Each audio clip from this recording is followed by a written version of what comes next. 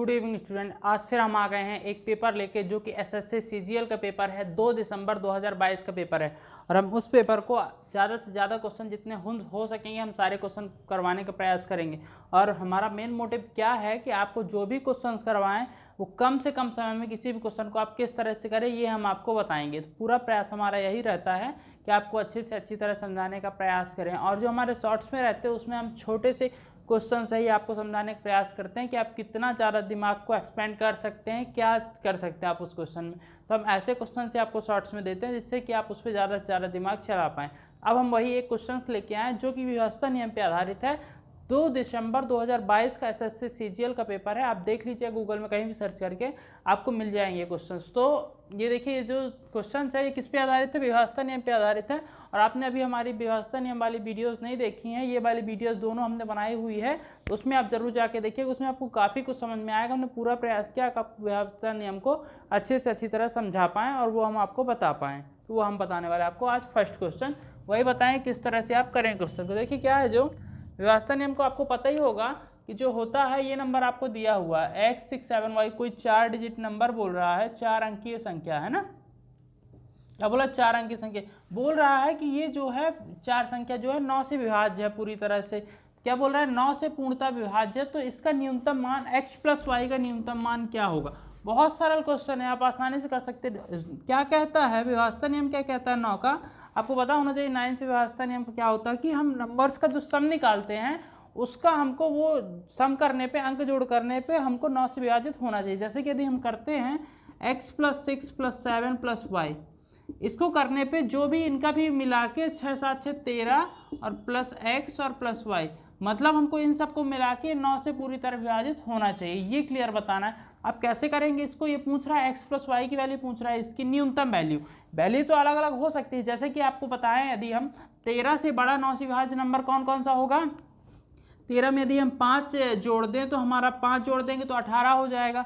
फिर 27 के लिए हम कितना कर सकते हैं, x + y की वैल्यू कर सकते हैं हम 13 और 14, कितना कर सकते हैं 14, मतलब 7 और 7 हम दोनों जगह कर सकते हैं, या हम कर सकते हैं इधर पे 5 और 8 कर सकते हैं, इस तरह से कर सकते हैं ना। मतलब ये हमारी और भी वैल्यूज हो जाएंगी जिसमें हम 14 ऐड कर सकते हैं। तो मिनिमम वैल्यू बताना, तो मिनिमम वैल्यू आपकी क्या आ रही, 5 आ रही है x + y की। मतलब यदि 13 + 5 कर देते हैं तो हमारा आ जाएगा 18, जो कि 9 से पूरी तरह से विभाज्य हो जाएगा सीधे सीधे। मतलब आंसर क्या हो जाएगा आपका, मिनिमम वैल्यू x + y की 5। क्लियर कट आंसर हो गया आपका कि आप मिनिमम वैल्यू, जो न्यूनतम संख्या मान पूछा, यदि उसने न्यूनतम नहीं पूछा होता तो भी आप कंफ्यूज हो जाते। तो आप इस तरह से इस क्वेश्चन को आसानी से निकाल सकते हो। कई बार बोल देता है कि इससे कितनी संख्याएं हो सकती हैं जिससे डिवाइड हो जाए, तो वो आप इस तरह से कर सकते हैं। मेन ये है आपका, ज़्यादातर न्यूनतम संख्या ये पूछता है, वही आपको बताना होता है कि x + y का न्यूनतम मान क्या होगा। इस तरह से हम इस क्वेश्चन को कर देंगे। बहुत ही आसान क्वेश्चन था। यदि जिसको कॉन्सेप्ट क्लियर है व्यवस्था नियम का, तो इसको ये सब कुछ करने की जरूरत नहीं होती। ये नंबर देखता वो आसानी से इसका आंसर बता देते क्या होगा।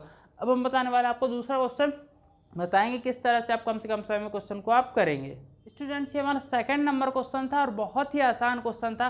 ये फर्स्ट शिफ्ट का पेपर है, ये भी हमने आपको नहीं बताया कि फर्स्ट शिफ्ट का पेपर है एसएससी सीजीएल का 2 दिसंबर का, तो ये ध्यान रखिएगा, है ना। तो ये बहुत ही आसान क्वेश्चन, इसमें करना क्या, सीधे एक फार्मूला लगना है, सीधे आंसर आ जाएगा आपका, कुछ भी नहीं। यदि इस क्वेश्चन में आपको फार्मूला याद है तो आप आसानी से क्वेश्चन को कर सकते हैं। क्या बोल रहा है, यदि एक गोले का व्यास 63, सबको पता है गोला, हम बना देते हैं गोला, है ना। इसका क्या बोला, व्यास कितना बोला, 63। क्लियर। तो इसका यदि हम कर दे, त्रिज्या क्या हो जाएगी, 63/2 लिख सकते हैं सिंपल, या इसको डिवाइड कर देते हो, 6 कर देते हैं, तो 1 कम 2 कर देते हैं, 31.5 आ जाएगा। क्लियर। तो सिंपल इस तरह से हम कर सकते हैं। ये जो हमारा क्वेश्चन इधर पे था ये 31.5 हम इसको कर सकते हैं। इस तरह से दोनों तरह से हम त्रिज्या को लिख सकते हैं। जो हमारा फॉर्मूला बन रहा है, इससे क्या बन रहा है, गोले का जो हमारा कुल पृष्ठीय क्षेत्रफल होता है क्या होता है, 4πr²। ये आपका फॉर्मूला होता है। सिंपल इससे आपको वैल्यू रखनी है तो 4 का 4 हो जाएगा, पाई की वैल्यू 22/7 हो जाएगी, r² की जगह हम इसी को पूरा रख देते, पॉइंट में नहीं रखते, सिंपल हो जाएगा हमारा। कितना लिखा हमारा 63/2 इंटू 63/2। 2 बार हम लिख सकते हैं क्योंकि आर स्क्वायर है। इसको हम करें 2 2 4, इसको 2 से कर देंगे, फिर कर देंगे इसको, क्या हो जाएगा अब हमारा ये हो जाएगा, तो ये आ जाएगा 9। अब सिंपल जो हमारा आ जाएगा, हमको इसको और इसको मल्टीप्लाई, मतलब 22 इंटू 9 इंटू 63, इसका हमको करना है मल्टीप्लाई, तो कितना आ जाएगा, इसका हम करेंगे मल्टीप्लाई तो आसानी से 12,474 इसका आंसर आ रहा है। यही आपका आंसर हो जाएगा। बहुत आसान क्वेश्चन था। और आपको पता है क्षेत्रफल को हम किस में लिखते हैं, हमेशा स्क्वायर में लिखते हैं, पावर 2 में लिखते हैं ना, वर्ग में लिखते हैं, वर्ग सेंटीमीटर। इस तरह से इसका आंसर बहुत ही आसान तरीके से आप कर सकते थे। आपको कई बार क्या है, ये ऑप्शन सेम दे देता है लेकिन यूनिट भी आपको ध्यान देनी होती है, यूनिट भी आपको बहुत ही अच्छी तरह ध्यान देनी होती है, तभी आप आसानी से क्वेश्चन को कर सकते हैं। अब हम बताने वाले आज की वीडियो का 3rd नंबर क्वेश्चन बताएं किस तरह से आप कम से कम समय में क्वेश्चन को करेंगे, वो हम आपको बताने वाले हैं। स्टूडेंट्स, ये हमारा 3rd नंबर क्वेश्चन है। बहुत ही आसान क्वेश्चन है, बहुत ही आसान तरीके से समझ में आने वाला क्वेश्चन है। हमने ऐसे क्वेश्चंस ऑलरेडी आपको एमपी पटवारी के पेपर में बता चुके हैं, एसएससी एमटीएस में भी बता चुके हैं।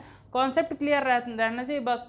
इसमें सिंपल है क्या कि है क्या, आपको सिंपल करना क्या, एकल छूट के बराबर निकालना। जब भी ऐसा क्वेश्चन दिया आपको करना क्या है, आपको इसमें वैल्यू नहीं दी हुई है, क्या वैल्यू नहीं दी है, कितने का एकल छूट का हमको निकालना। करना क्या होता है, इसमें हम 100 मान लेते हैं कि 100 रुपये का हमको एकल छूट के बराबर निकालना है। सिंपल यदि 100 का हम इसका निकालते हैं तो कितना आ जाएगा, 15 नहीं, छूट दे रहा है ना, मतलब कितना हो जाएगा इसका 85/100 हो जाएगा, 15% की दे रहा। 100 माइनस जितना छूट होती है उतना हम करते हैं, जैसे इस पर कर देंगे ना 100 माइनस 5/100, तो इसको सीधे 95 लिख सकते हैं ना। यही हमने किया और कुछ नहीं किया।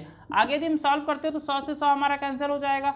आगे करते हैं तो 19 × 95 और 20 × 100 हो जाएगा। और हम सॉल्व करते हैं तो इसको कितना आ जाएगा हमारा 17 × 85 आ जाएगा और 5 को 20 आ जाएगा। सिंपल कितना आ गया, 17 आ जाएगा, सॉरी इधर 17, तो आ जाएगा 17 × 19/4 बराबर करेंगे हम तो 323/4 आ जाएगा।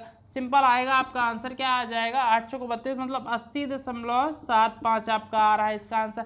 अब देखिए जो 80.75 आ रहा है इसके बराबर हमको छूट में हमने कन्वर्ट किया था, तो हम क्या करेंगे 100 में से 80.75 कर देंगे माइनस, तो हमारा कितना आ जाएगा, इसमें से 19.75% इसका एकल छूट के बराबर हो जाएगा आंसर। छूट तो हम वही लिखते हैं ना, बड़ी वाली नहीं लिखते। देखिए जो छोटा नंबर होता है 100 से माइनस करते हैं, तो इसको हम 100 से माइनस किया था, हम फिर उसी जगह पे लाएंगे, तो क्या करेंगे इसमें हम इसको माइनस कर देंगे, 19.75 आपका आंसर आ जाएगा। यही आपका ऑप्शन। इस तरह से आप एकल छूट में बहुत ही आसान तरीके से क्वेश्चन को निकाल सकते हैं। अब हम बताने वाले आपको 4th नंबर क्वेश्चन बताएंगे किस तरह से कम से कम समय क्वेश्चन को करेंगे, और एक अलग टॉपिक पे होगा, अलग कॉन्सेप्ट पे होगा। हम पूरी मेहनत करते हैं कि आपको ऐसे कॉन्सेप्ट ऐसे तरीके से समझाएं कि आपको कम से कम समय में क्वेश्चन समझ में आ जाए। तो यदि समझ में नहीं आता कमेंट में जरूर बताइए, जिससे हमको पता चले आप सही तरीके से समझ रहे हैं, समझ आ रहा है। आपको नहीं आ रहा तो भी आप कमेंट में जरूर बताइए, जिससे कि हमको पता चले कि आप पूरी तरह से देख रहे हैं, उसको अच्छे से समझने का प्रयास कर रहे हैं। स्टूडेंट्स, ये हमारा 4th नंबर क्वेश्चन है। बहुत ही आसान क्वेश्चन है। ऐसे क्वेश्चंस आते हैं पेपर में, कम से कम 4 क्वेश्चंस बनते हैं जो कि आपके चार्ट पे डिपेंड होते हैं। पाई चार्ट, बार ग्राफ, ये सब मिला जुला के आपके 4 से 5 क्वेश्चंस बनते हैं और इतने इजी रहते हैं कि आप सोच नहीं सकते। इनमें क्या निकालना होता है, अनुपात निकालना होता है, परसेंटेज निकालना होता है और कुछ भी नहीं होता। बहुत ईजी रहते हैं, बस आपको इन्हीं को कॉन्सेप्ट क्लियर करना है। आपके कोई भी कॉम्पिटिटिव एग्जाम में, किसी भी एग्जाम में आपके 5 क्वेश्चंस पक्के हैं जो कि आपको सही होने। देखिए इस क्वेश्चन में था क्या, इतना सरल क्वेश्चन था कि आप सोच भी नहीं सकते। आपको ऊपर वाला कुछ नहीं देखना, आपको टेबल देखना, क्वेश्चन देखना। क्वेश्चन हमारा एक अलग लाइन में शुरू होता है, उसके नीचे से है ना। बोल क्या रहा है, S3 द्वारा बेची गई पेंसिलों की संख्या S6 द्वारा बेची गई पेंसिलों की संख्या से अनुपात ज्ञात करें। S3 द्वारा बेची गई पेंसिल, S6 द्वारा बेची गई पेंसिल, क्या हुआ अनुपात 70:130। क्लियर, 0 0 कट जाएगा, बचे क्या 7:13, मतलब 7:13। ये आपका सीधा सीधा आंसर आ गया। इतना सरल क्वेश्चन था, कुछ भी नहीं था इस क्वेश्चन में। ग्राफ वाले जितने भी क्वेश्चंस रहते बहुत ही सरल रहते हैं, आप उनको प्रयास करिए जितना ज़्यादा प्रैक्टिस कर सकें।